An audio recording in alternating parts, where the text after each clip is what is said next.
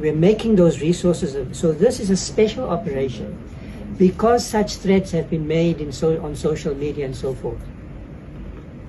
So we have good intelligence, but we're acting on the basis of what our goal is. It's the same with the question whether the army should be deployed or not. We do scenario planning and we then deploy optimally, not on the basis of existing threats. Because the responsibility of the South African Police Service is to secure the country's infrastructure, the safety and security of its people, and so forth. So let me just get this straight, right? These thugs in government are planning on spending 600 million rands. 600 million rands in efforts to stop us from protesting against lawlessness. 600 million rands. And he literally said it with a straight face. So that 600 million rands cannot be spent on strengthening the borders. That 600 million rands cannot be spent on hiring immigration officers. That 600 million rand cannot be spent on hiring labor inspectors. This is the country we are living in. Slowly but surely, our government is turning authoritarian. Slowly but surely. And now that I'm seeing it, yes, we are taking this, like Tina, we are taking this, and we are taking it pretty well, man. The fact that our government is coming on TV every day, basically just threatening us, saying that you better shut up, you better sit at home, shut up, let us continue with our incompetence, otherwise we'll spend 600 million rands on stopping you. Guys, George Orwell's novella, or in George Orwell's classic novella, Animal Farm. Oh, I love that book. Animal Farm. We see Napoleon using the 9 attack dogs, which represent, by the way, a totalitarian state in the book, right?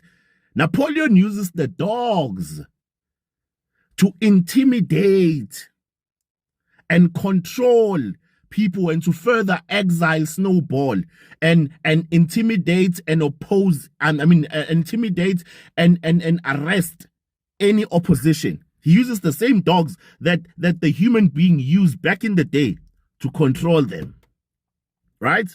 He uses the 9 attack dogs. For an ordinary South African today, the classic novel by George Orwell is not just a book only, but a representation of what's currently happening today in South Africa, where we are told that we are living in a democratic state. We are told that this is democracy.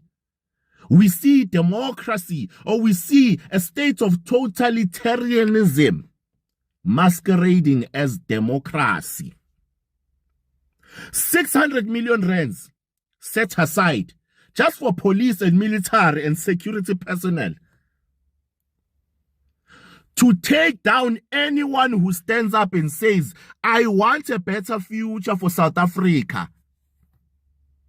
I am tired of a state that has no laws at all, that has become unlawful because of illegal, undocumented migrants. We are not saying on the 30th of June we want to kill people. We want to unalive people. We are not saying on the 30th of June we want to harm people, but we are saying we are going to march so that the government can see how serious the issue of undocumented migrants is in South Africa. And in response to that, what does the government of South Africa do? They take out 600 million rands. Do you know how much? Just for one day, 600 million rands to try and stop anyone who wants a better future for South Africa. Now, what does that tell you? One, it tells you that 600 million rands I will get to it. I will talk about that 600. But it tells you that the government, they themselves are benefiting from undocumented migrants. This makes sense. Why? Zamazamas, for example, have guns, high military guns, have equipment to mine. Ask yourself, who stands to benefit from that? The very same government that today is providing 600 million rands. Let's get to the 600 million rands. In South Africa, you go as a young entrepreneur or as an entrepreneur person who wants to start a business and does not have the necessary funding or equipment or resources. You go to government and say, government, can I have funding to start my business? They will tell you, nah, we don't have funding, but we have 600 million rand to stop you from fighting undocumented foreigners who come into your country to start businesses and create a mafia state and remove you from any form or remove you from starting your own business because they are entitled now. They believe that business that you want to start belongs to them. Government will say, we don't have enough money. You go to a public hospital, they will tell you we do not have enough catheters. We do not have enough stoma bags. We do not have enough medication. We do not have enough healthcare workers. We do not have enough budget, but we have 600 million rands just for one day to stop you from marching and exercising your rights as an ordinary South African. 600 million rands, guys. That money can be used for alternative, high-impact initiatives in South Africa. It can be used to hire even more border management officers to control the borders in South Africa. That 600 million rands can be used